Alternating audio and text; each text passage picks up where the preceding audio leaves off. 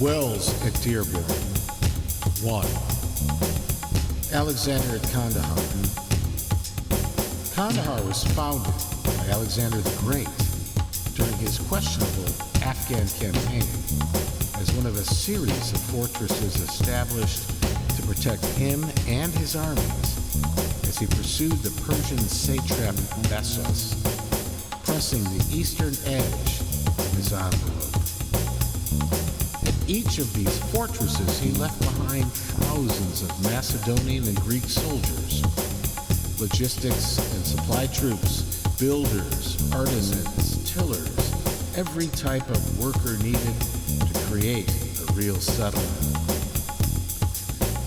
The Greek biographer Plutarch described the type of guerrilla-style fighting Alexander faced during his campaign, comparing the Afghan tribesmen to a hydra-headed monster. As soon as Alexander cut off one head, 3 more would grow back in its place. By 2018, the U.S. Army, Marines, Navy, and Air Force were there with Canadians, Belgians, and Italians. Mirages from France, tornadoes from Britain. Private contractors to clean toilets, run mess halls and gyms, train bomb-sniffing dogs, service phones, Nathan's, a TGI Fridays, KFC, an ice cream stand, pizza by the slice.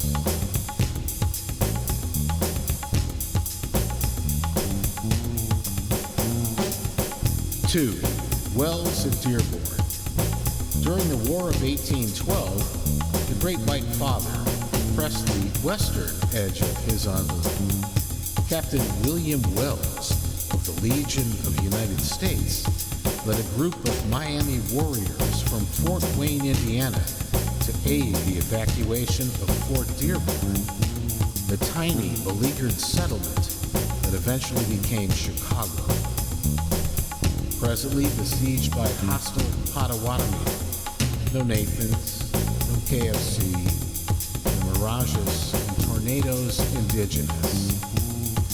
Among other Americans under siege there was his niece, Rebecca. The Potawatomi at first allowed them safe passage out, but upon discovery of destroyed whiskey and guns, they decided to attack. Wells, himself raised by Miami, was once their colleague. Now he was a traitor to them. Knowing of the looming raid, Wells painted his face black, a sign of bravery, and a signal to his foes that he knew their intent and knew he was going to die. He set out on horseback in front of the fleeing party. The Potawatomi shot and killed him, scalped him, cut out his heart, and ate it.